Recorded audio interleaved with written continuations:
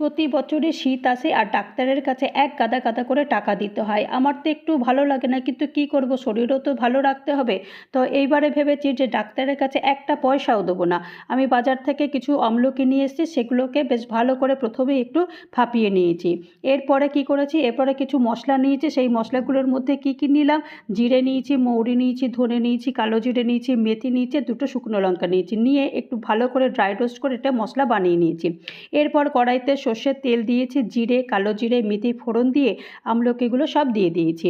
এরপরে সব কিছু মশলাগুলো এক এক করে দেবো। সেগুলো কী কী দিয়েছি, নুন দিয়েছি, হলুদ দিয়েছি, লঙ্কার গুঁড়ো, বিট লবণ, আর যে মশলাটা বানিয়েছি সেটাও দিয়ে দিয়েছি।